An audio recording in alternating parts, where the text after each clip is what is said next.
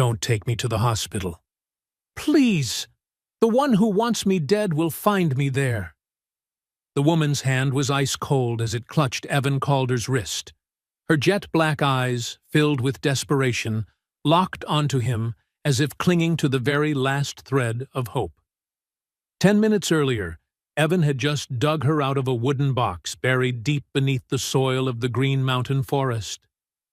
Her hair was matted with dirt, her lips pale, yet her voice, that trembling voice, rang out with a force that left Evan frozen.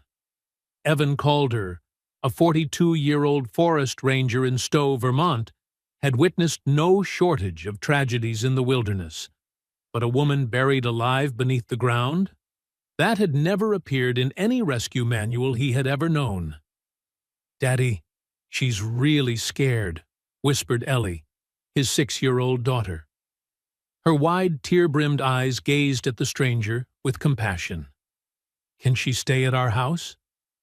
It was in that moment that the woman, whom Evan would later learn was Vivian Hale, CEO of Hale Capital Group, one of the largest financial conglomerates in New England, spoke the words that would change everything. "If I had died in that box, then the child would never know." What child? Her trembling voice explained, a younger brother she had been searching for over the past 2 years. A brother who had no idea he even had a sister. If she died, that truth would be buried forever. Evan could never have imagined that his decision to bring this stranger back to his wooden cabin, rather than to a hospital, would set off a chain of events that would upend both his and his daughter's lives. He had no way of knowing that just 3 weeks later he would stand inside a high-rise building in Burlington holding a recording device, facing the very man who had once ordered her to be buried alive. Nor could he have known that the trembling woman in his arms that autumn afternoon would one day teach him this: that a heart once thought dead could still be revived. That family is not only blood, but the ones who remain when you've been buried, both literally and figuratively. It all began on an autumn afternoon in Vermont. Scarlet maple leaves blanketed the forest trail, the scent of damp earth mingled with pine resin, and the knocking, the faint sound from beneath the ground that only a 6-year-old child could hear. That was when our story began. If you love journeys filled with drama and raw emotion like this one, make sure to hit subscribe so you don't miss the next story. And before we begin, I have a question for you. If you were Evan Calder, would you dare to bring a mysterious woman, just pulled out from beneath the earth, into the very home where your little daughter lives? Leave a comment below. I would love to hear your thoughts. And now, let's begin. October in Vermont had a kind of magic Evan Calder never grew tired of. Sunlight pierced through the canopy of crimson maples, scattering shimmering streaks of golden orange onto the forest trail. The air carried the scent of damp soil after the previous night's rain, blending with the distant calls of birds. A peaceful symphony he had always needed after a week of exhausting patrol shifts in the woods. "Daddy, why are there so many red leaves today?" Ellie skipped ahead, her blonde ponytail bouncing with each step. "Because the trees are resting to prepare for winter, sweetheart," Evan replied, his voice as gentle as it always was when speaking to his daughter. "They pull the nutrients back into their roots, and the green fades away, leaving only the reds and yellows. Like when I get sleepy, and I have to go home to rest, right, Daddy?" Evan chuckled. 6 years old, yet Ellie always had a way of seeing the world that amazed him. This child, the last gift his wife had given her life to bring into the world, was the only reason he still got up every morning after 6 years of being widowed. They had gone about half a mile into the Green Mountain Forest when Ellie suddenly stopped. "Daddy!" "What is it, sweetheart?" "I hear something." Evan paused, listening. Only the wind whispered through the branches, perhaps a strayed deer somewhere in the distance. There's nothing. Maybe it's just the wind. It's not the wind, Daddy. Ellie tilted her head, her doe-like eyes shining with an odd focus. It sounds like someone knocking on a door. Knocking? Out here? Evan was about to tell her she was imagining things when his eyes caught on an unusual detail, a patch of freshly turned soil about 15 feet off the trail. Dark, wet earth stood out starkly against the carpet of dry leaves around it. A chill ran down Evan's spine. Freshly dug earth in the middle of the forest was never a good sign. "Stay right there," he said, his voice suddenly serious. "Let me check." He walked closer, knelt down, and pressed his hand against the soil. And he felt it. A faint vibration. Steady, as if something, or rather someone, was beneath. Thud! A knock echoed up. Thud! Thud! Evan's blood turned to ice. "Ellie, come here," he barked, no longer hesitating. "Help me dig." They lunged at the dirt with their bare hands. Soil flew everywhere. Evan's nails split, blood oozed out, but he didn't care. Ellie used a broken branch to claw at the ground, her small face flushed with effort. 10 minutes later, their hands struck wood. A rough, plain wooden box, its lid nailed shut. "There's someone down here!" Evan shouted, as much to reassure himself as the person trapped inside. "Hang on, I'm getting you out." He grabbed a large rock and pried at the nails. 1, 2, 3. His hands shook, not from the cold, but from fear. What if it was already too late? What if the person had suffocated long ago? When the final nail gave way, Evan froze. Inside was a woman. Her long black hair was matted with mud. Her pale face still held a strangely striking beauty. Her lips were cracked, hollowed. She wore an expensive gray suit, now crumpled and filthy. And her eyes, those deep black eyes, looked at him with a mix of terror and relief. "You found me," she whispered, her voice hoarse. Evan didn't think. He bent down and pulled her out. Her body was frighteningly light, as if she had been starving for days. When he set her on the ground, her legs buckled, forcing him to hold her upright. Are you okay?" Ellie asked, her voice trembling, her eyes full of compassion. "You must have been so scared, right?" The woman looked down at the child. A tear slid down her gaunt cheek. "Yes, I was scared," she admitted, her voice breaking. "It's okay." Ellie took a breath, her small voice firm. "My daddy will take you home. My daddy will protect you." The woman let out a faint laugh, a trembling sound laced with pain and tears. Then she looked up at Evan, and the words she spoke next changed everything. "Don't take me to the hospital. Please, the one who wants me dead will find me there." Evan went rigid. In his 42 years of life he had faced many life-or-death decisions, but none weighed as heavily as this. A stranger, freshly pulled from a living grave, begging him not to take her to the one place that should be safest. She said someone wanted to kill her. By the book, he should call the police. He should take her to a hospital. He should let the authorities handle it. But when his eyes met hers, eyes overflowing with genuine terror, no hint of deceit, Evan knew that if he walked away, she would die. "All right," he heard himself say, "I'll take you home." He lifted her up, his strong arms cradling her frail body, and began walking through the forest toward his old pickup truck. Ellie stayed close, not leaving his side for a second. Evan Calder had no way of knowing that, in that moment, the quiet life of a widowed forest ranger had ended, and a new chapter, fraught with danger and chaos, but also filled with hope and healing, had just begun. Evan Calder's wooden cabin sat at the end of a winding dirt road, surrounded by red oaks and maples. He had built it with his own hands 12 years ago, back when Sarah, his wife, was still alive, and the two of them had dreamed of a simple life immersed in nature. Now, as he stopped the truck in front of the porch, holding a trembling stranger in his arms, Evan realized it had been 6 years since he had let anyone cross this threshold. Since Sarah's death, the cabin had been only a refuge for him and Ellie.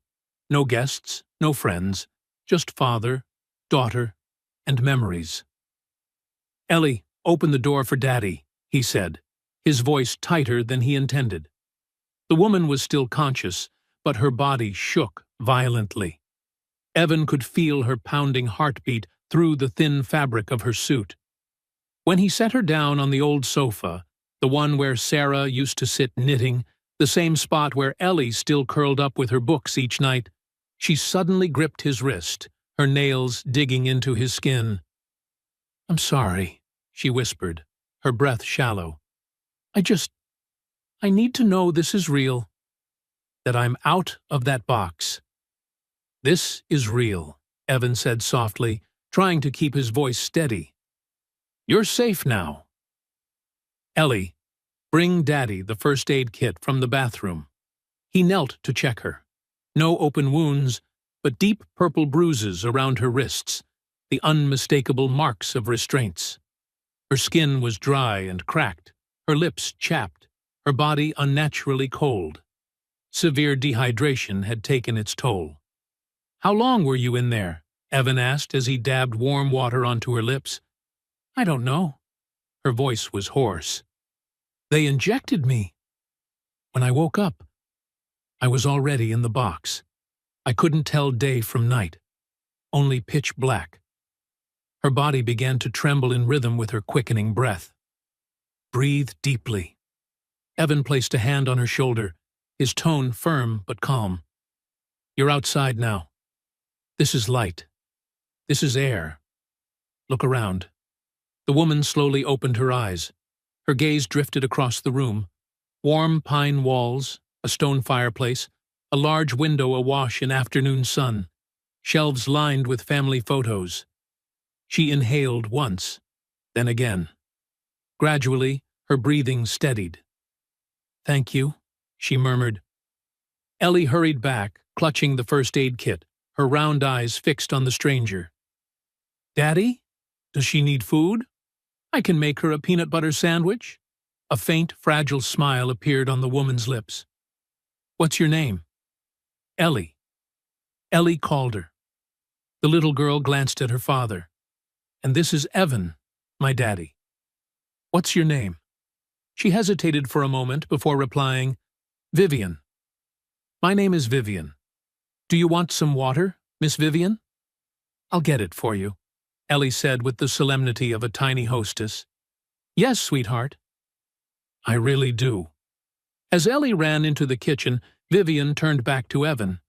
In her eyes was gratitude mixed with wariness. "I need to explain," she said quietly. "You have the right to know who you just saved and what danger you're facing." Evan pulled up a chair and sat across from her. "I'm listening." Vivian drew a deep breath. "My name is Vivian Hale. I'm the CEO of Hale Capital Group in Burlington. Perhaps you've heard of Hale Capital." Evan cut in, his eyes flickering with surprise. "The largest investment management firm in Vermont?" Vivian nodded, a tired smile flickering across her face. "My foster father, George Hale, founded the company in 1985. He passed away 3 years ago, leaving it all to me, along with the North Star Children's Foundation, which helps orphans." Evan frowned.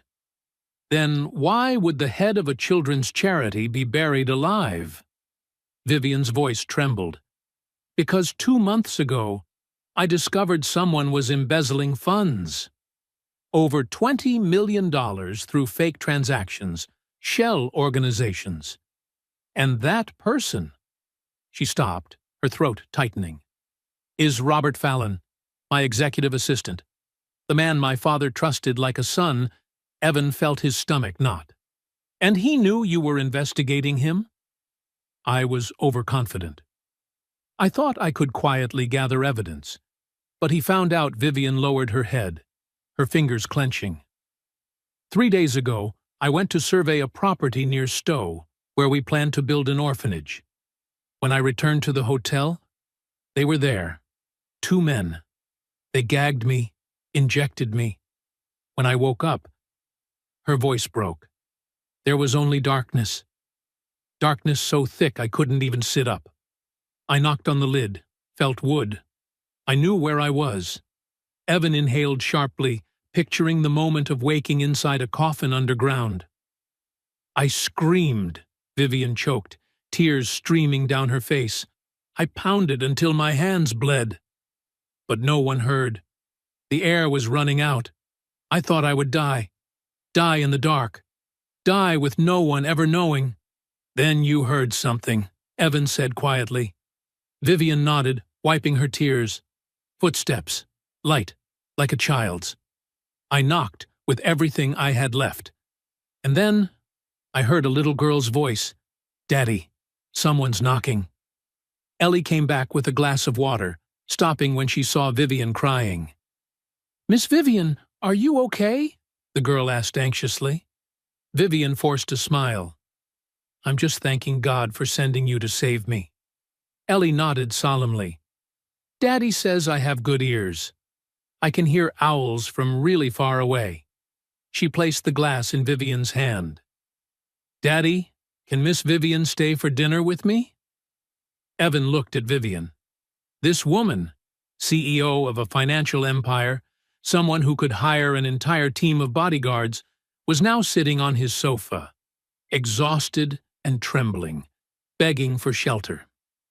Yes, he heard himself say, you can stay. Vivian's eyes met his, brimming with gratitude, relief, but also still full of fear. Evan suddenly knew this dinner was only the beginning. It would stretch into days, then into weeks. There would be whispered conversations by the fireplace, midnight terrors, quiet breakfasts, moments where 2 wounded souls learned to trust again. And it all began that night. The first night Vivian Hale slept in the Calder cabin's living room, the crackle of the fireplace blending with Ellie's steady breathing from the next room. That first night, after 6 long years, Evan Calder no longer felt his home was empty. The next morning, Evan woke at 5:30 as usual. He lay still for a moment, listening to the familiar sounds of the cabin. Wind threading through the pines, the first birds breaking the dawn, the drip of water from the eaves after a night of fog. But there was one sound he didn't recognize, the soft, steady breathing coming from the living room. Then Evan remembered. Vivian Hale was asleep on his sofa. He crept quietly down the stairs. Vivian was curled beneath the wool blanket he had given her the night before, the one Sarah had once knitted. Her long black hair, now washed clean, spread loosely across the pillow. With the dirt gone, her face revealed its fine, delicate features, though even in sleep, tension still pressed against the corners of her eyes. Evan turned away and went into the kitchen, switching on the kettle. That smell! A hoarse voice spoke behind him. I'd forgotten what real coffee smelled like. Evan turned. Vivian was sitting up, still wrapped in the blanket around her shoulders. The first light of dawn streamed through the window, tracing a thin halo around her. Did you sleep well? He asked. I had nightmares. But each time I woke, I saw the light from your room, heard Ellie's steady breathing, and I remembered I was free. She looked at him. It was the best sleep I've had in months. Evan poured 2 cups of coffee and sat across from her. Do you need to call anyone? Family? Friends? A sad smile flickered on Vivian's lips. No family. George Hale, My foster father. He's gone. And friends. In my world, they call it networking, not friendship. I have colleagues, partners, acquaintances, but someone I could call at 5:30 in the morning to say, I just survived? No, she shook her head. No one. What about the police? Robert Fallon has the best lawyers in New England, Vivian cut in, her tone hardening. If I go to the police now, no evidence, no witnesses. He'll say I'm paranoid. The board of directors, who already doubt me, will side with him. She looked him squarely in the eyes. I need time. Time to think clearly, to plan. And you want me to hide you here, Evan said slowly. I know it's too much to ask. You have a daughter, a life of your own. But right now, you're the only person I can trust. Evan fell silent. 24 hours ago, he hadn't even known she existed. Now she was asking him to shield her from a killer. Logic told him to refuse. But he remembered the moment he pulled her out of the box, remembered how Ellie had held her hand and promised to protect her. 1 week, he heard himself say. You have 1 week to make a plan. After that, we have to do something official. Vivian exhaled, relieved. Thank you. But there are rules. You don't leave the cabin when I'm gone. If anyone comes, you hide. And most important, he glanced toward Ellie's room. My daughter must not be in danger. I understand. I promise, if there's any sign Robert has found me here, I'll leave immediately. They drank their coffee in silence until small footsteps came pattering down the stairs. Daddy? Miss Vivian's still here. Ellie ran to hug Vivian as if she'd known her for years. Vivian, who had just said she had no real friends, embraced the child back, surprised and moved. Good morning, Ellie. Did you sleep well? I did. I dreamed you and I were catching butterflies. Do you like butterflies? I have never gone butterfly catching. Ellie's eyes widened. Never. But butterflies are so pretty. Then I guess you'll have to teach me. Okay. Daddy, can I show Miss Vivian the butterfly garden? Evan glanced outside. The sun was up.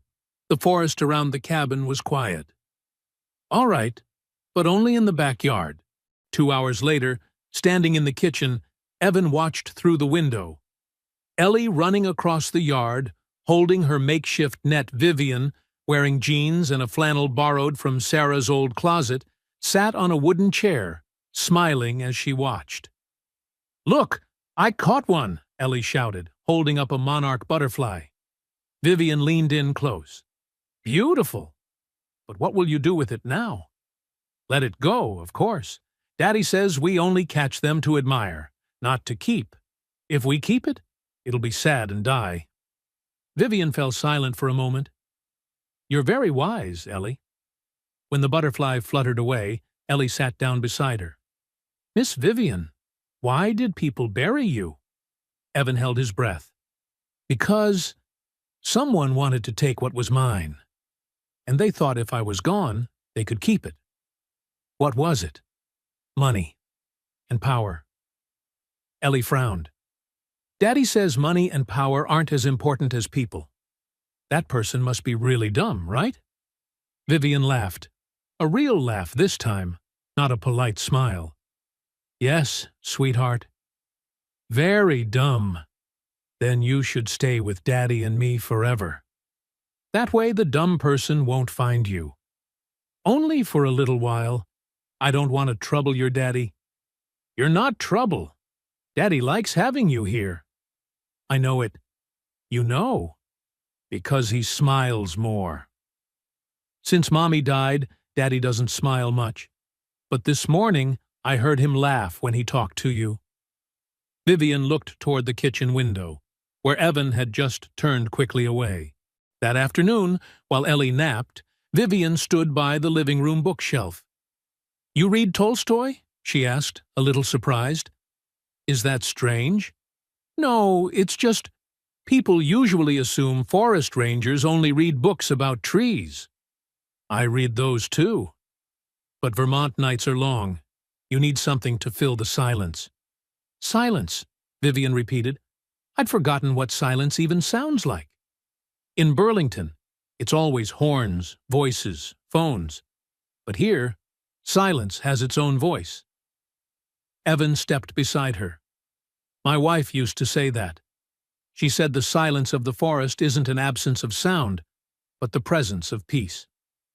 It was the first time Evan had mentioned Sarah. Vivian waited patiently. Sarah, my wife, died giving birth to Ellie. Complications. The doctors could only save one. Sarah chose Ellie. He paused. 6 years, and still, sometimes I turn my head expecting to see her. You loved her very much. I did. We met at 16. She was everything I knew about love. He looked at Vivian. What about you? Ever had someone? I had a few relationships, but no one stayed long. It's hard to love someone who works 18 hours a day. You can love.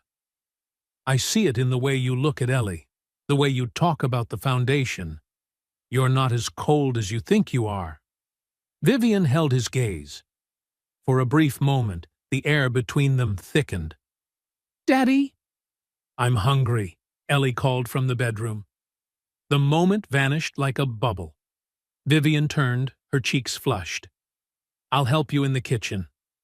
And as they stood together in the kitchen, Evan chopping vegetables, Vivian stirring soup, Ellie sitting nearby drawing, Evan realized, for the first time in 6 years, the cabin no longer felt empty. For the first time, it felt like a home. On the third night, Evan jolted awake at 2 a.m. to a cry. He sprang up and rushed to Ellie's room. The girl was still fast asleep, clutching her teddy bear. The cry sounded again. From the living room. Evan ran downstairs and switched on the light. Vivian was curled up on the sofa, arms wrapped around a pillow, her whole body trembling. The borrowed t-shirt was drenched in sweat. Her eyes were wide open, staring into nothing. Vivian, Evan called softly, kneeling but not touching her. You're at the cabin. You're safe now. Dark, she whispered like a child. Too dark. The air? There's no air. Evan understood at once. A panic attack. Her mind had been dragged back into the wooden box. Vivian, look at me. Open your eyes and look at me. Slowly, her gaze focused. She saw him. Can you see me? She nodded weakly. Good. Now look around the room and tell me what you see. I see the fireplace. The coals are out. Right. What else?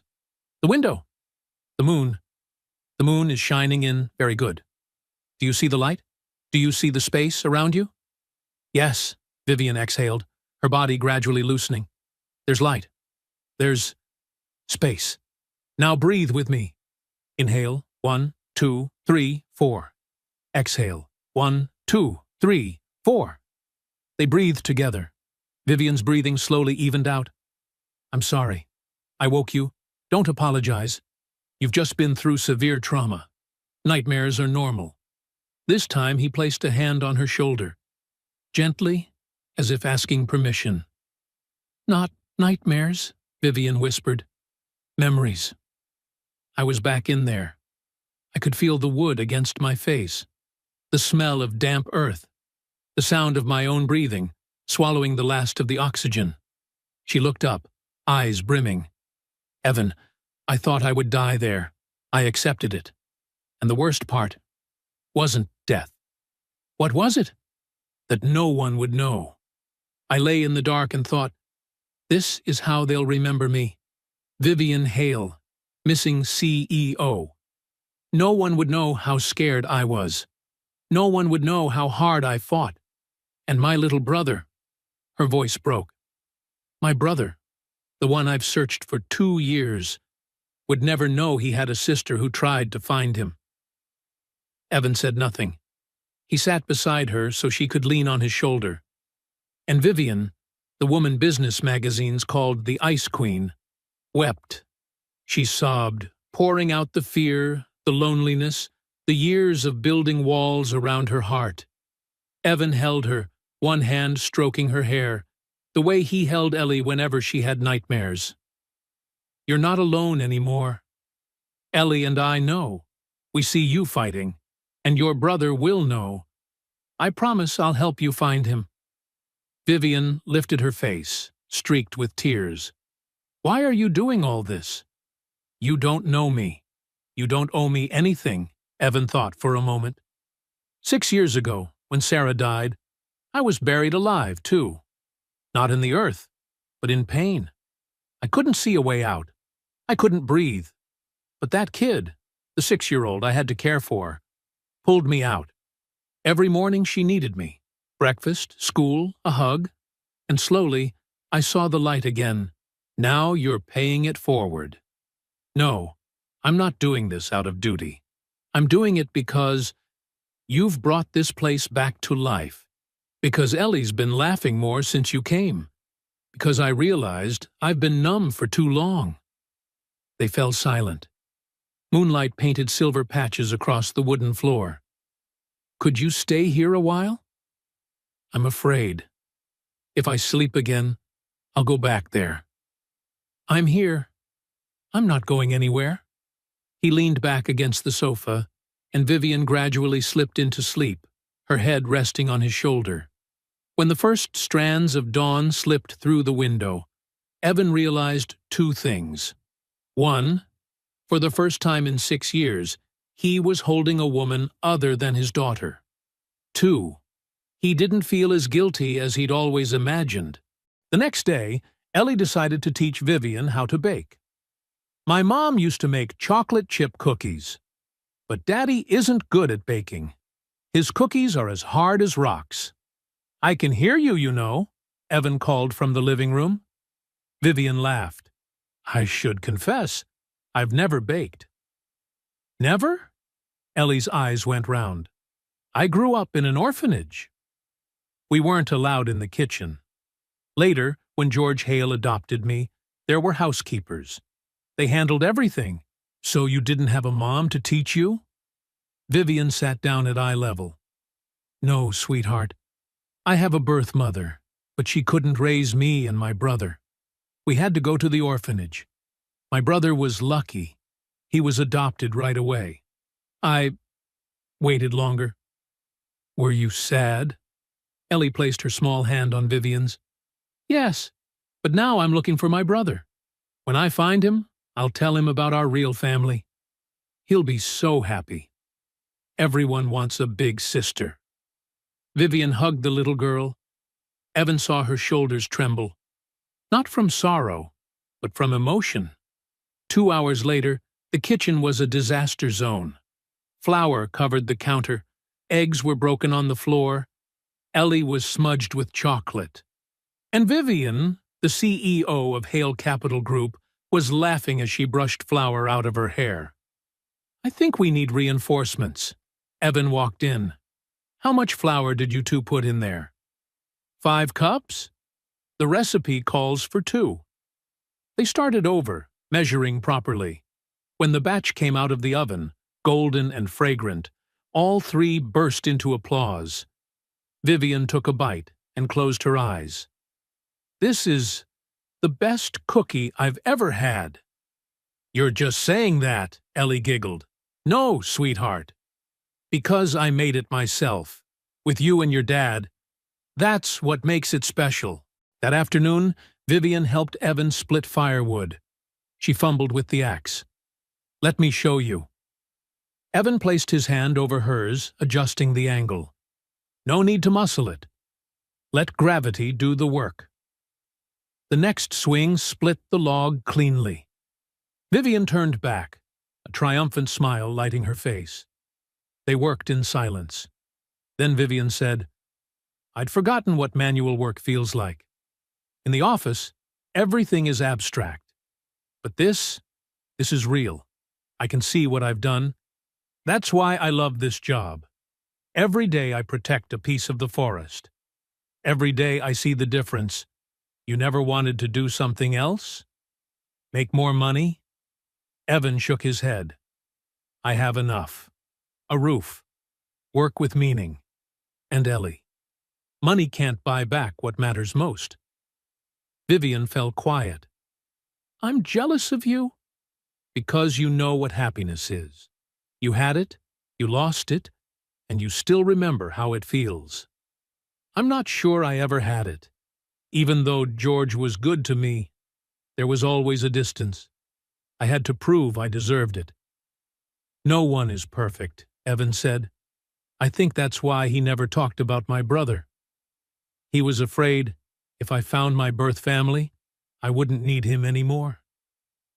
But you're still searching. I have to. Because my brother is the only thing that truly belongs to me. And when you find him, what will you do? Tell him he's not alone. That someone was always looking for him. That he is loved, even if he never knew it. Their eyes met. You'll find him. And when you do, Ellie and I will be there to celebrate. Vivian smiled. A real smile, warm and unguarded. Thank you, Evan. For everything, and in that moment, under the October afternoon sun in Vermont, something changed between them. A crack in the walls around their hearts began to heal. On the fifth night, after Ellie had gone to sleep, Evan sat before his old laptop, the blue light casting across his face.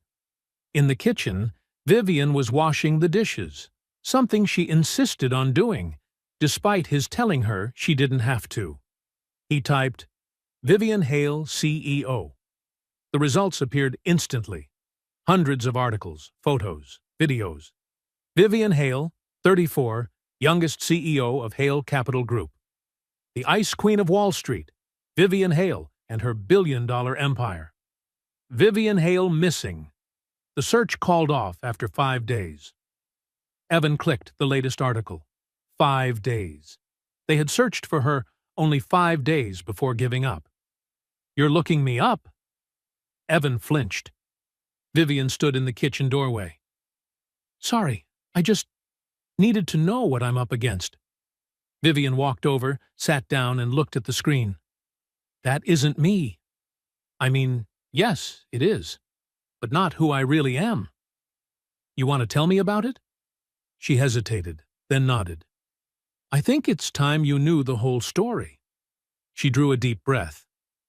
I was born into a poor family in southern Vermont. My mother, Maria, was only 19 when she had me. No husband, no money. She tried to raise me, then got pregnant again. My little brother, Ethan.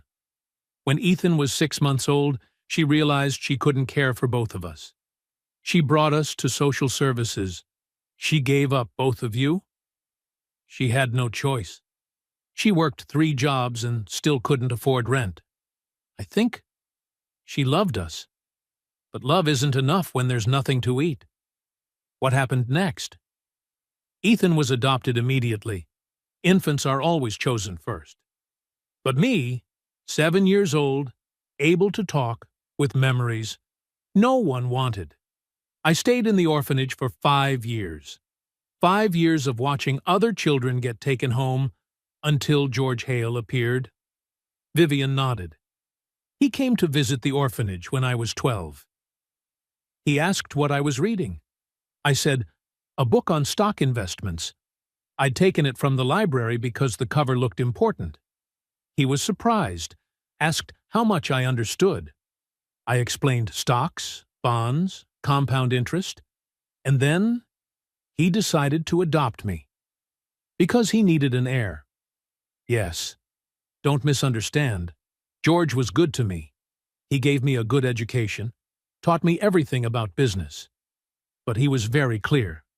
I was chosen to lead Hale Capital. That was my purpose and my mission. And you were never allowed to just be Vivian. No, I had to be Vivian Hale, the adopted daughter. Vivian Hale, the top student. Vivian Hale, the future CEO. Everything had to serve that goal. Even not searching for your brother. Vivian nodded, her eyes glistening. At 16, I asked George about my birth family. He said the records were sealed, the past was over. I believed him. I buried my memories of Ethan, the baby I once held. But 2 years ago, after George died, I found the file in his safe. He had known where Ethan was all along. He just didn't want me to find him. And you began searching. I hired detectives. Quietly, so no one would know. They found that Ethan had been adopted by a family in Burlington. He's 17 now, plays football, good at math, wants to be an engineer. He's like me. Same eyes, same smile. Have you met him yet? No. I was waiting for the right time. I didn't want to just burst in and disrupt his life. That's why I came to Stowe last week, not only to survey land for the orphanage, but also to get closer to Burlington, Ethan's city. And Robert found out. I let my guard down. So focused on Ethan, I didn't notice Robert was watching. When I checked the charity's accounts, he knew I was closing in. $23 million. That's what I discovered he had stolen in 3 years. Money meant for orphans, children like I once was, diverted into shell accounts. Her voice hardened. Robert knew if I presented that to the board, he'd go to prison. Evan looked back at the article. 5 days. They only searched for you 5 days. Because Robert controlled the narrative. He told the police I had gone walking alone. Implied I was unstable. When the search failed, he convinced everyone I might have harmed myself. And now he runs your company. Not just the company, the foundation, all the money for those kids, now in the hands of the man who stole from them. We have to do something. I know. But I need evidence. Solid. Undeniable. And I need the courage to face him. After being buried alive, I'm not sure I have any courage left. Evan turned in his chair, looking straight into her eyes. You survived the worst thing imaginable, buried in total darkness, and still you kept knocking, kept fighting. If that's not courage, what is? Now, just thinking about going back to Burlington, facing Robert, it feels like going back into that box. Then you won't face it alone. I'll go with you. Vivian stared at him, stunned. Evan, you can't. You have Ellie, your job. From the moment I pulled you out of that box, it became my fight too. Ellie will be safe. My sister, June, has wanted to take her for a while. Are you sure? It will be dangerous. All the more reason you need protection. Someone who knows how to move in the dark. The advantage of being an anonymous ranger. Vivian laughed through her tears. You're insane. Maybe. But a week ago, who would have guessed I'd be hiding a billionaire CEO in my cabin? They fell silent, both thinking of what lay ahead. I need to contact someone. Journalist Serena Patel. She's been investigating corruption for years. If anyone can expose Robert, it's her. You trust her? Serena's reputation is built on truth, no matter who it hurts. If I give her the evidence, she'll publish. And once the story is public, Robert can't bury it anymore. Then we need a plan. I know the passwords, the security protocols. I can access the system, download financial records, emails, everything Robert hid. But I have to be inside the building, at night. Fewer people. And I'll need a different appearance. Vivian touched her black hair. Everyone at the company knows what I look like. That we can handle. But first, contact Serena. Set up a backup plan. If something happens to us, the story will still be told. She nodded. All right. Tomorrow morning, I'll call her. Evan glanced at the screen. Vivian in the photo. Cold. Armored in perfection. Then he looked at the real Vivian, wearing a borrowed flannel, hair tied back, No makeup, her eyes red-rimmed, but her chin lifted with resolve. This was the real Vivian, the woman fighting for children who had once been like her. We'll take your company back, and we'll find your brother. I promise. Vivian reached across the table, placed her hand over his. Thank you, Evan, for believing me, for not giving up on me. I'll never give up. And in that moment, under the blue glow of the laptop, with autumn wind whispering outside, something shifted between them. No longer rescuer and rescued, but two people who had chosen to fight side by side. Two people who had found what they never knew they were searching for. Family. The next morning, Evan called June, his sister, 5 years older, who lived in Waterbury, 15 miles away. Evan called her. June's voice rang out, warm and familiar. You made it through all of autumn without calling? I thought you'd forgotten me. You know I've been busy. Busy? June mimicked, skeptical. Or hiding from people again? Both. But listen, I need a favor. Anytime. I need you to watch Ellie for a few days. 3, maybe 4. The line went still. Excuse me? You're letting Ellie be away from you for days? What's going on? I have to go on a work trip. A work trip, June repeated, even more doubtful. Evan, you've never gone on a work trip. Evan was silent. Then, can you cut someone's hair? Change it completely. Quick and discreet. A longer silence. When June spoke again, her voice had turned serious. Evan, are you in trouble? Not me, but someone needs help, and I can't turn my back. June sighed, the kind of sigh of an older sister used to her brother bringing home the things the world discarded.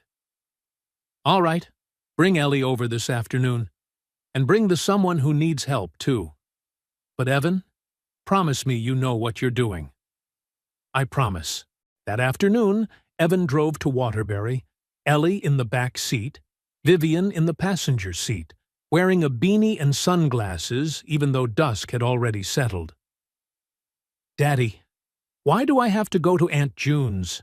Ellie asked for the 5th time. I want to stay home with you and Miss Vivian. You'll love it. Aunt June has 3 new cats, remember? But I'll miss Miss Vivian. Vivian turned, lowering her sunglasses. I'll miss you, too. But it's only a few days. Promise? Vivian hesitated a beat. I promise. I'll try my very best. June lived in a neat little wooden house, the garden still bright with flowers even in October. When they arrived, she was already waiting, a tall woman with short blonde hair, a sweater and jeans. Ellie, I just baked chocolate chip cookies.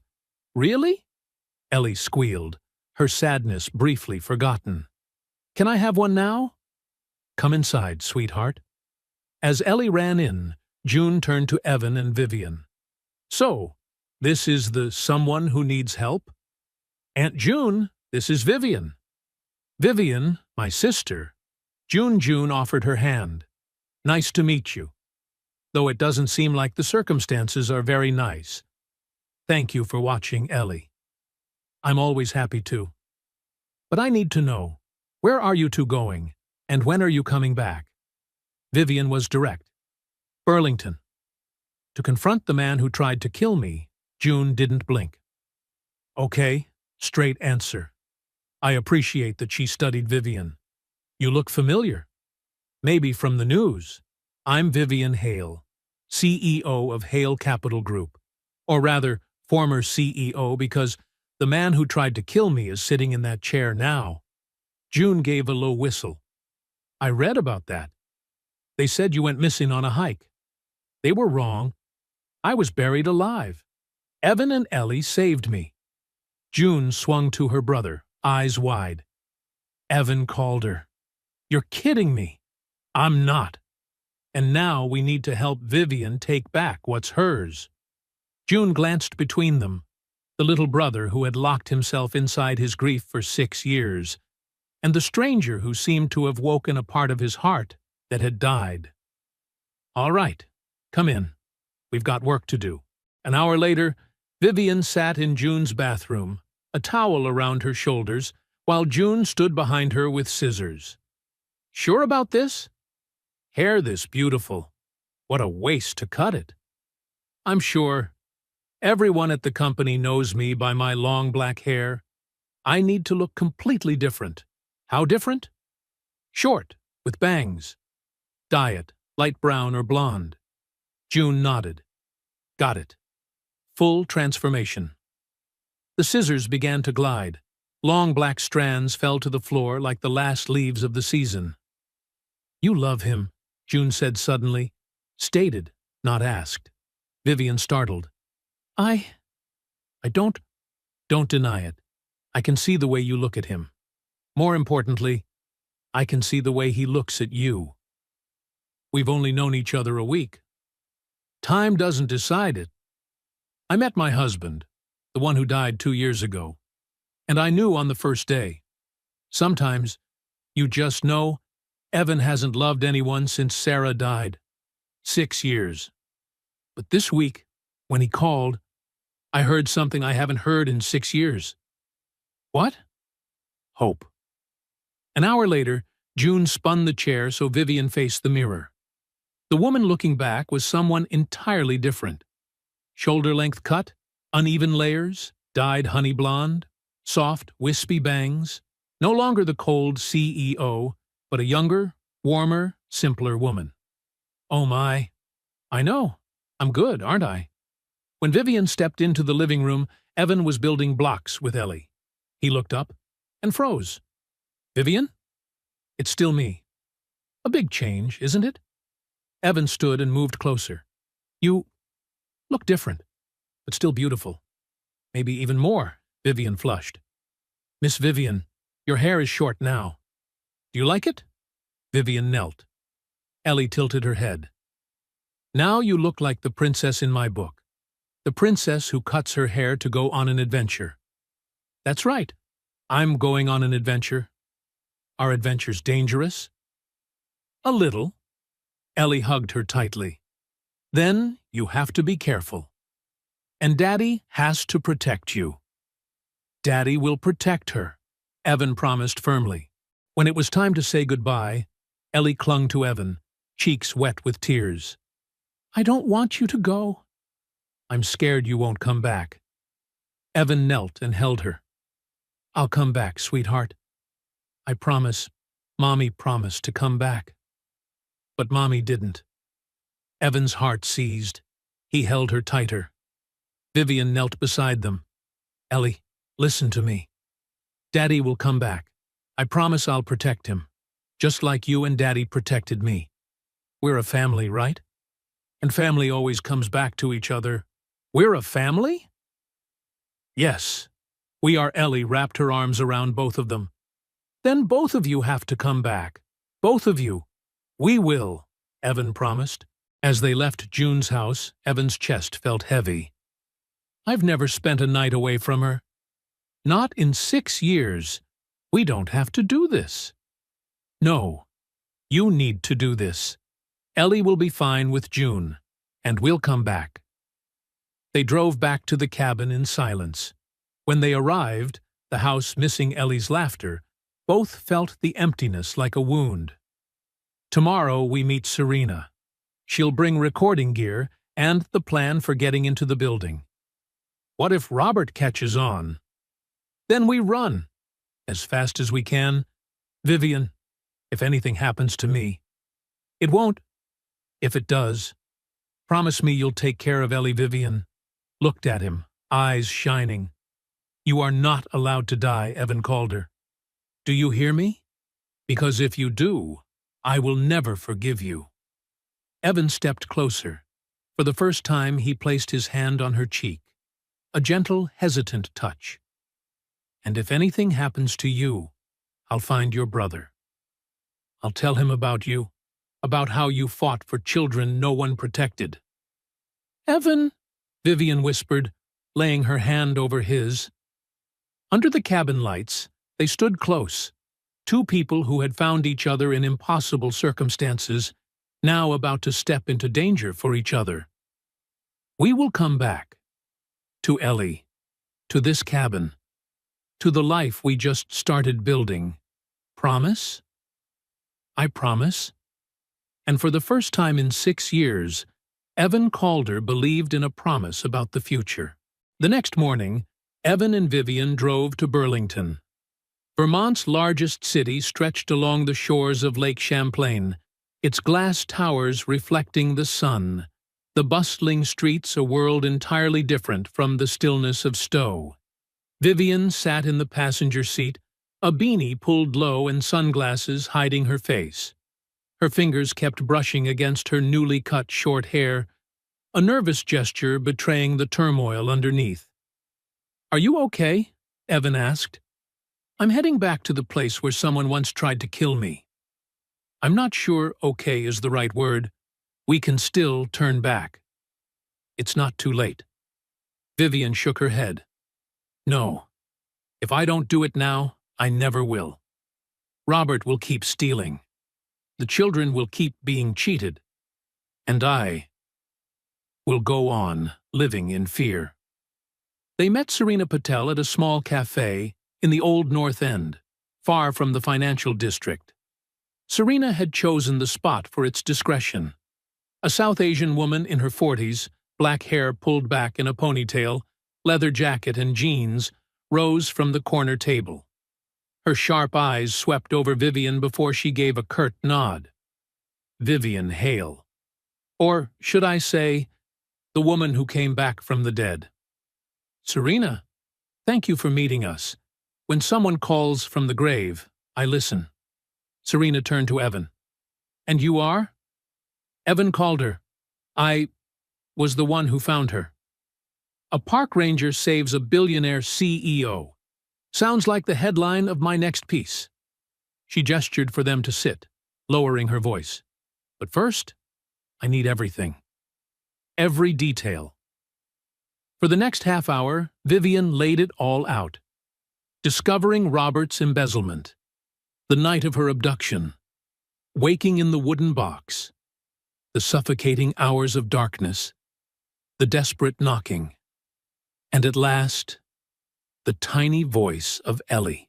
Serena scribbled notes furiously, pausing only to probe deeper. "And you're certain it was Robert? Did you hear his voice or see his face when you were taken?" "No. They gagged me, blindfolded me. But I know. Only he knew my schedule. And only he had motive. That won't hold in court. I need hard proof. Recordings, documents, emails, transfers. I can get them. All the financial records are on the company server. I know the passwords, the access paths, and how do you plan to get in? Hale Capital Security isn't a joke. I know a side entry from the basement garage. It needs a key card, but mine still works. Officially, I'm missing, not dead. And the cameras? There's a blind spot in the southeast corner of the garage. I warned security before, but they never fixed it. From there, I can take a service elevator straight up to the 12th floor. The server room. Serena tapped her pen. Sounds plausible. But what if Robert is still inside?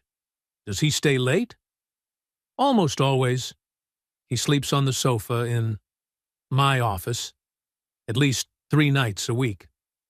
So you'll have to climb to the 12th floor, break into the server room, download the data, and get out. All while the man who buried you alive could be only floors away. Exactly. Insane. Serena's lips curved in a razor smile, a spark of excitement flashing in her eyes. I like it. When do we move? Tonight. Friday night. Fewest people linger. Good. I'll equip you.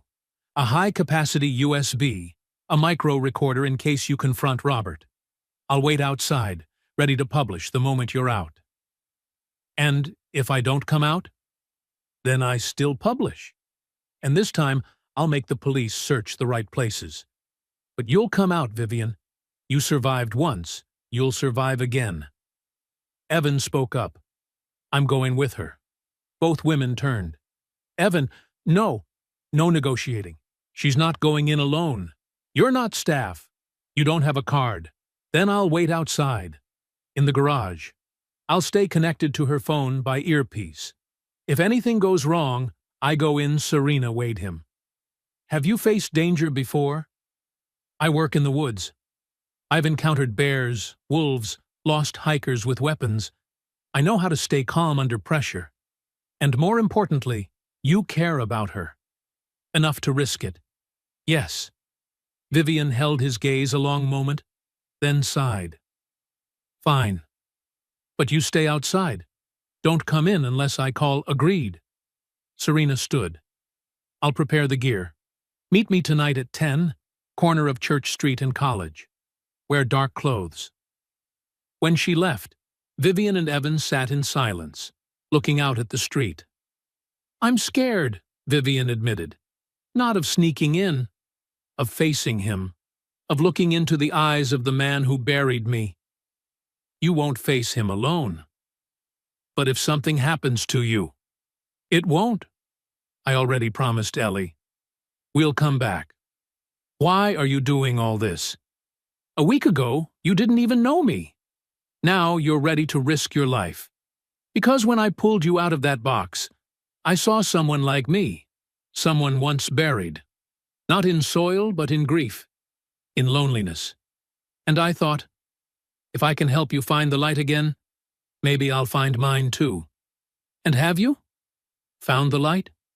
Evan looked into her eyes, no longer cold, but warm, alive. I'm finding it. Thanks to you, they sat long, hands nearly touching, but not yet. Evan, if tonight works, if we survive, if Robert is arrested, if I reclaim the company, I don't want to go back to the old life. 18-hour days, a cold office, no family. What do you want? I want to find Ethan, see my brother, and I want to continue what we've begun, at the cabin. With you and Ellie Evans' heart pounded. I mean that in this past week I've felt more purpose, more alive, more loved than in all my 34 years. And if you want, if you're willing, I want to see what we can build. No rush, just let it happen. Evan reached across the table, closed the gap, took her hand. I want that too. But first, we have to survive tonight. Then we will. Because finally, I have a reason to fight. 9:45 that night, they parked 3 blocks from the tower, both dressed in black. Vivian tugged the beanie low. Evan checked the earpiece. Sound check. Loud and clear. Serena arrived, handing Vivian a small pouch. USB, recorder, flashlight. You have 1 hour. When time's up, I call the cops.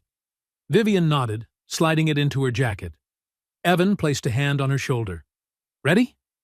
Vivian drew a long breath, eyes fixed on the building. Once her empire, now her enemy's fortress.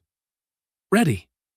And then, Vivian Hale, the woman who had died and lived again, stepped into the darkness, toward her final confrontation. Behind her, Evan watched and whispered, Please, let her come back. Please, give us a chance.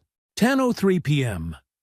Vivian stood at the southeast corner of the underground parking garage, fluorescent lights casting long shadows across the concrete. She swiped her keycard at the reader, her heart pounding. The light turned green. The door clicked open. I'm in. Loud and clear. Evan's steady baritone came through.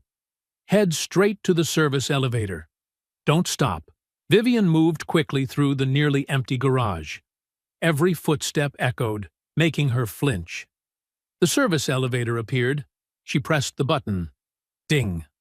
The doors slid shut. A cramped metal box, low ceiling, flickering light. Just like the coffin. Her breathing quickened. The walls seemed to close in. Vivian? I hear your breathing spiking. Too tight. It feels like... Look up. Focus on the light. Follow its flicker. Count with me. 1, 2, 3, 4. Vivian locked her gaze on the bulb, counting. Inhale. Exhale. The doors opened on the 12th floor. Her heartbeat had steadied. Thank you. Always here. The deserted hallway lit up with motion sensors. Vivian strode toward the server room, swiped her card. Red light. Damn it. Card won't work. Robert must have revoked access. Now what? One option left. The IT director's office, Mark Sullivan. His terminals linked directly to the server. She reached a corner office, frosted glass door, turned the handle. Unlocked. I'm in. Dark room. She clicked on a flashlight, sweeping over cluttered desks, family photos. A monitor glowed faintly. She nudged the mouse. The login screen blinked. Password required. Damn. Needs a password? Vivian's eyes darted. Family photo. 3 kids. Typed, Emily Connor Jake. Wrong. Sullivan 2019. Wrong. She lifted the frame, etched under the edge, Red Sox 2004. Typed, Red Sox 2004. Access granted. I'm in. Her fingers flew, locating the financial archives. 5 minutes later, there it was. Thousands of files. 3 years' worth. She plugged in the USB, began the transfer. Copying now. About 15 minutes. In the darkroom, the progress bar crawled. 12%, 18%, 23%, 10-27, 30%. Then she heard it. A distant sound. Ding. The elevator. Evan! Someone's coming up. Kill the light. Hide. Vivian clicked off the flashlight but couldn't pull the USB. Transfer still running. 35%. She slipped behind a filing cabinet. Footsteps echoed. Slow. Confident. Closer. The room lights snapped on. Vivian held her breath. A man entered. Tall, lean, slicked-back silver hair, tailored suit. Robert Fallon. He froze, eyes narrowing at the glowing monitor. Strange. Mark always shuts his system down. Vivian didn't move. He was 5 meters away. Robert approached, bending to the screen, the progress bar. 42%. What the hell is this? He spotted the USB, reached for it. No, Vivian whispered. He's about to pull it. Get out of there, Evan urged, but Vivian couldn't. Not after everything. She stepped out. Hello, Robert. He spun, face blanching as if he'd seen a ghost. Vivian? Impossible. You're dead. Sorry to disappoint. Guess I ruined your fantasy. Robert recovered quickly, lips curling. You survived? Impressive. How? A 6-year-old girl heard me knocking. Something you never counted on. The kindness of strangers. Robert gave a hollow laugh. Kindness. Your weakness. George always warned me. She cares too much for those orphans. George never said that. He said it to me. Because he trusted me more than you. I was the son he never had. You? You were just a charity project. So you buried me out of jealousy? Because you weren't heir? I buried you because you ruined everything, Robert snarled. $23 million in 5 years. I built a flawless network. And you, with your naive morals, dug too deep. That money was for children. Kids with no homes. Kids can always find another shelter. My chance comes once in a lifetime.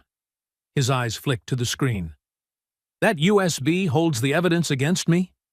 Everything. Transactions, emails, transfers. You won't keep it. Robert yanked the USB, 47%, and shoved it into his pocket. Because you're not leaving this building tonight. He pulled a gun. Vivian backed away. Vivian! Evan's voice thundered. I heard that. I'm coming up. No, she hissed, but it was too late. Robert's head lifted, catching the voice in her mic. Of course. You're not alone. He leveled the gun. Someone dies tonight. You choose don't. Robert, there's still a way back. Back to what? Prison? I'd rather die. The door burst open. Evan charged in. Robert swung the barrel toward him. No! Vivian screamed, lunging. She slammed into his arm as the trigger pulled. The gun roared, bullets slamming into the wall. Evan crashed into Robert, grappling him. Vivian grabbed a metal stand, smashing it down on Robert's gun hand. He howled. The weapon skittered across the floor. Evan's fist cracked his jaw. Robert collapsed, dazed. The alarm shrieked. We have to go. Security's coming. The USB, his pocket. Evan yanked the drive and a phone. Got it. Run! They bolted down the stairwell. Behind them, Robert roared, Stop them! They leapt stairs, 2 at a time. Guard boots pounded below. 8th floor. Out to the hall, the 8th floor lay dark. They wove past cubicles, reaching the far window. Now what? Vivian gasped. Evan peered out. Police cars swarmed the street. To the side, a lower building, flat roof, 3 meters away. Do you trust me? Vivian followed his gaze, realization dawning. No, no, no, no choice. Evan shoved open the fire window. Cold wind blasted in. 8 stories below, the street looked like a toy set. I can't. You can. You survived being buried alive. Boots thundered outside the office door. Now, Vivian. She shut her eyes, drew a breath, and jumped. In the instant before they jumped, time seemed to stop. Cold wind whipped past. Streetlights flickered below. Evan's hand gripped Vivian's tight. Then they leapt. 3 meters, short in words, but endless in the air.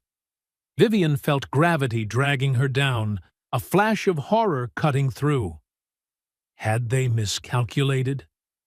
They landed on the rooftop of the neighboring building. Evan rolled to absorb the impact, pulling Vivian with him. They tumbled across the rough concrete, finally coming to a stop. Vivian lay gasping, every inch of her body stinging, but alive. You okay? Evan asked, forcing himself up, offering his hand. I think so. No broken bones, just bruises, scrapes. They sprinted across the rooftop, found a rusted fire escape, clambered down, dropped into the dark alley behind. Out front, Hale Capital headquarters blazed with sirens and flashing red-blue lights. But here, in the shadowed back alleys, they vanished. Evan guided Vivian through a maze of side streets, emerging 3 blocks away where Serena waited, her face tight with worry. God, I heard the gunshot. I thought, we're fine, Vivian said, though still trembling, and we have the evidence. Evan handed over the USB, not the full load. But nearly half the files copied, Serena plugged it into her laptop. Her eyes widened. This is dynamite. Emails between Robert and foreign partners. Fake invoices, Cayman transfers. This alone could put him away for 10 years. And this, Vivian pulled out the phone, opening the recording. Robert's voice crackled. $23 million in 5 years. Serena's mouth curved in a cold smile. A full confession. With the USB and this audio, Robert Fallon is finished. She pulled out her phone. The story goes live in an hour. And Robert? He's still inside. I called the police the second I heard the gunshot. They've sealed the building. He's not escaping from a distance. They watched Robert Fallon led out in handcuffs, 2 officers gripping his arms. His face was ashen, stunned. It's over, Vivian whispered. Truly over this time. Evan wrapped his arms around her. Vivian broke down, not from fear or pain, but sheer relief. After 3 weeks, she was finally free. We have to move, Serena reminded. The police will need statements. And brace yourself. Once this breaks, all of New England will be looking for you.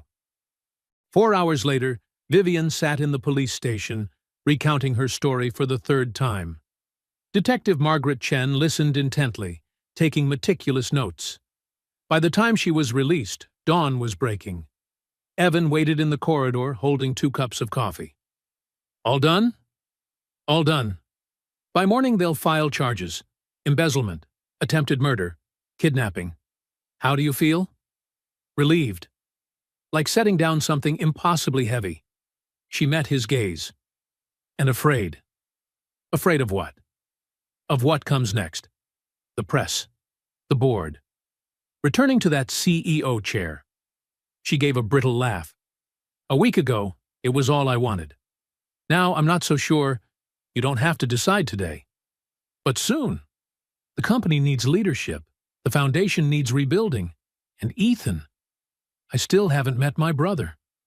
Then we'll find him. Together. Evan, I can't ask you to do more. Vivian. He cupped her face. I'm not doing it out of duty. I'm doing it because I want to. Because this past week, I've felt more alive than in the 6 years before combined. And Ellie adores you. She said we're a family. And she's right. Tears slipped down Vivian's cheeks. I don't know how to be part of a family. I never really had one. Then we'll learn together. One day at a time. No rush. And in the fluorescent-lit corridor of a police station at 6 a.m., Vivian Hale kissed Evan Calder. A soft kiss, tentative, full of promise. Not an ending, but a beginning. The next morning, Serena Patel's article dominated the front page. Vivian's phone rang nonstop. Board members, lawyers, reporters, shareholders. But one call she answered immediately. Vivian Hale. This is Ethan. Ethan Sullivan. I think I'm your brother. Vivian froze. Ethan? I saw the news. About you being buried alive. About you searching for your brother. Your detective reached out to my adoptive parents last year. They told me. But I didn't know if I should call. Then I saw you almost died.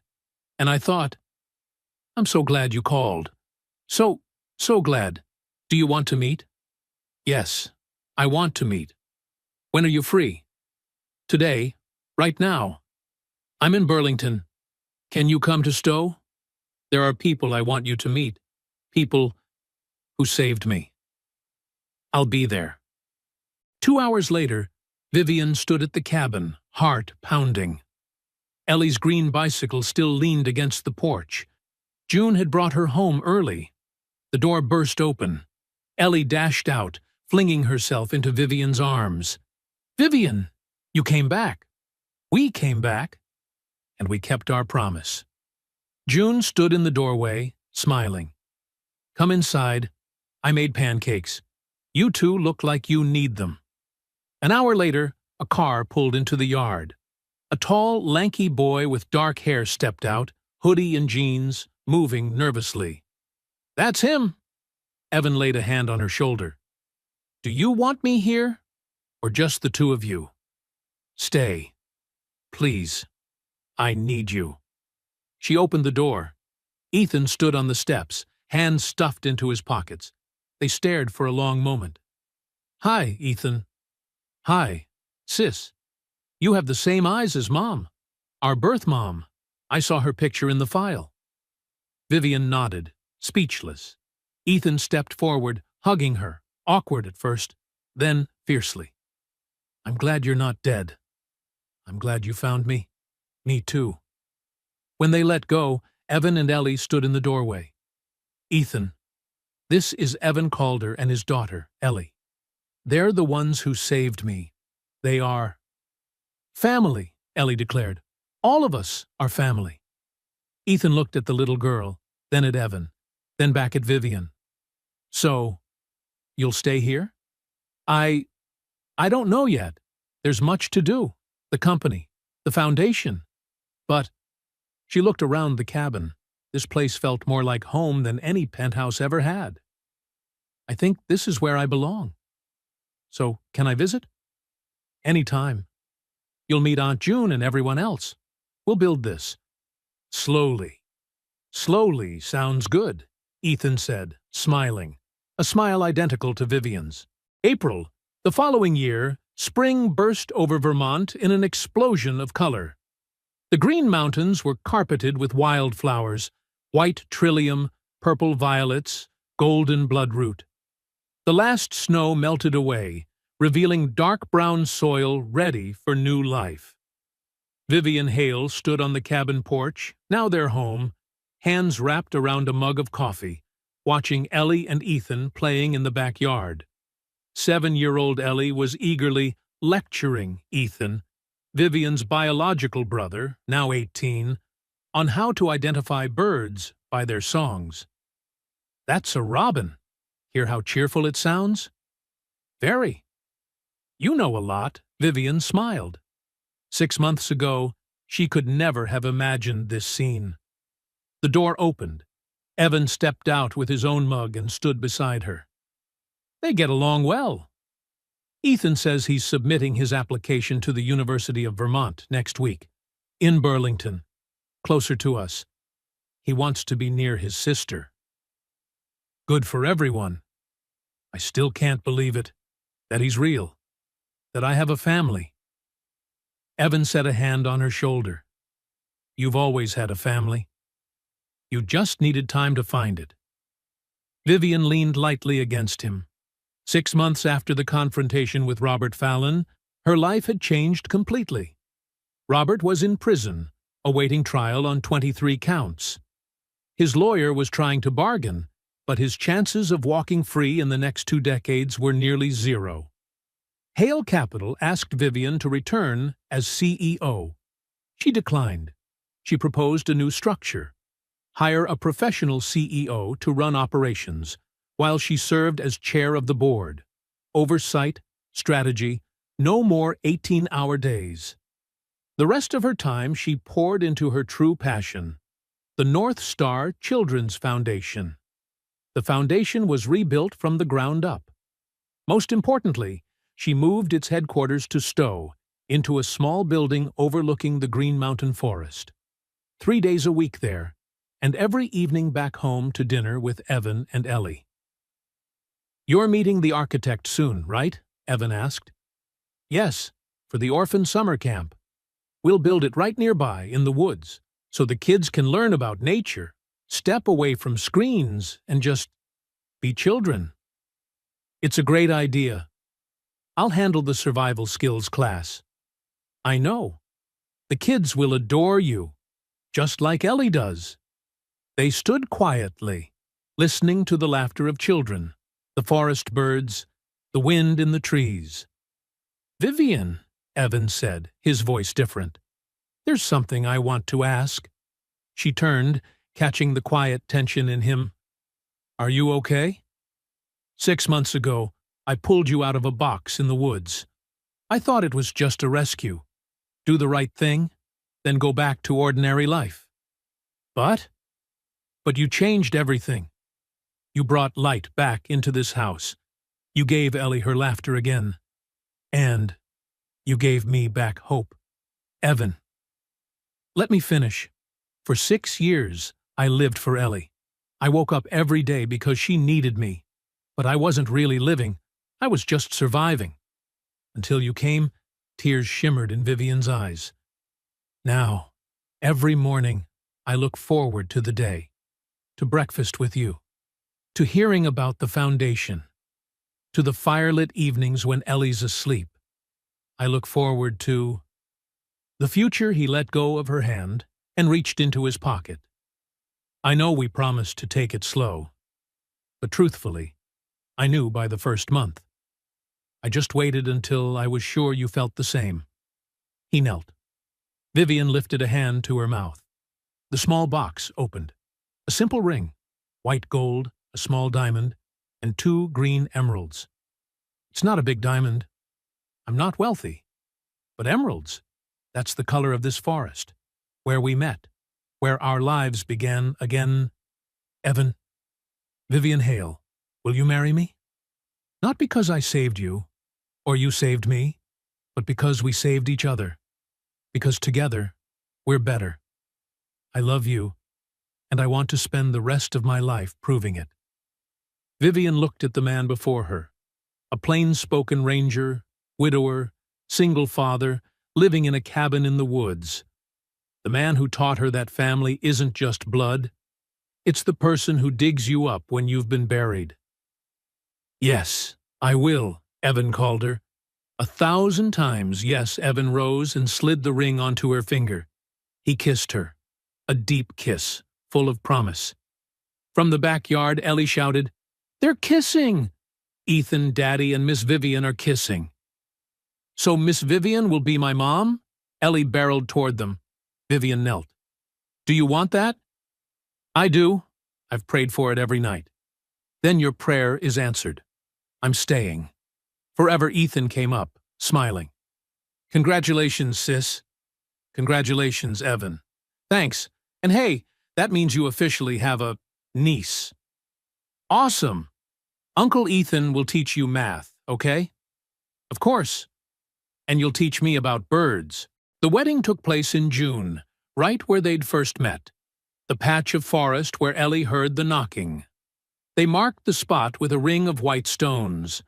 Not a grave marker, but a symbol of rebirth. Serena Patel served as bridesmaid. June walked Vivian down the aisle through the trees. Ethan stood beside Evan. Ellie scattered wildflower petals. The guest list was small: colleagues from the foundation, Evan's ranger friends, Ethan's adoptive family, and a small group of kids from the orphanage. Children Vivian had lifted up. Vivian wore a simple white dress, her cropped blonde hair crowned with wildflowers. Nothing lavish, only simplicity and sincerity. When they exchanged vows, Vivian's voice trembled softly. "Evan, 6 months ago, you pulled me out of the dark. But since then, you've pulled me out every day, out of loneliness, fear, and a life without meaning. Today, I promise to do the same for you, to draw you out of pain, to remind you that love is not betrayal. I promise to love Ellie as my own child, and to build with you a family, not perfect, but full of love." Tears slid down Evan's cheeks. "Vivian, I don't have much. I have a wooden cabin in the woods, 2 hands willing to work, and a heart that learned to love again because of you. I promise to be your refuge when you need quiet, your strength when you falter, your companion in every adventure. And I promise to remind you every day that you are no longer alone, not ever again." They kissed as husband and wife. Applause rippled through the forest. Birds sang, the breeze caressed, sunlight threaded through the leaves. "Now we're a real family," Ellie cheered. 3 years later, the North Star summer camp ran on 50 acres, free for orphaned children. Evan taught survival skills. Vivian ran the programs. 10-year-old Ellie led the younger kids on nature walks. Ethan, now a sophomore engineering student, volunteered every summer. One August night, after the kids were asleep, Vivian and Evan sat on the porch. "Are you tired?" Evan asked. "Tired. But the kind of tired that has purpose." She rested a hand on her belly. A new life growing. In February, they would welcome a baby. They watched as Vermont's sky slowly filled with stars. "Evan, have you ever regretted it, pulling me out of that box?" "Why would I regret it?" "Because your life used to be quiet. And I brought a storm." Evan stood and helped her up. He led her to the edge of the porch, looking out over the moonlit forest. "See that? I used to look at the woods and see only a place to hide. Now I see a place that heals. A place where 24 kids just had the best summer of their lives. Where your brother found his sister. Where Ellie learned that family can grow." He looked into her eyes. "You didn't bring chaos. You brought meaning." Vivian rested her head on his shoulder. "I love you," Evan called her. "I love you," Vivian Hale called her. And there, Beneath Vermont's star-filled sky, they stood together, two people who had met under impossible circumstances, turning tragedy into triumph. Somewhere in the forest, an owl called, the same cadence as the night Vivian first came here. But now, it was no longer the sound of loneliness. It was the sound of home. This story reminds us that sometimes our darkest moments open onto a radiant dawn. That family isn't just where we're born, it's what we build together. And that miracles aren't about dodging tragedy, but about finding love on the far shore of it. Thank you for staying to the end. If any moment in this film touched you, a faint knock in the woods, an embrace after the storm, or simply the belief that family can be rebuilt, leave a like so the algorithm knows this story deserves to be shared.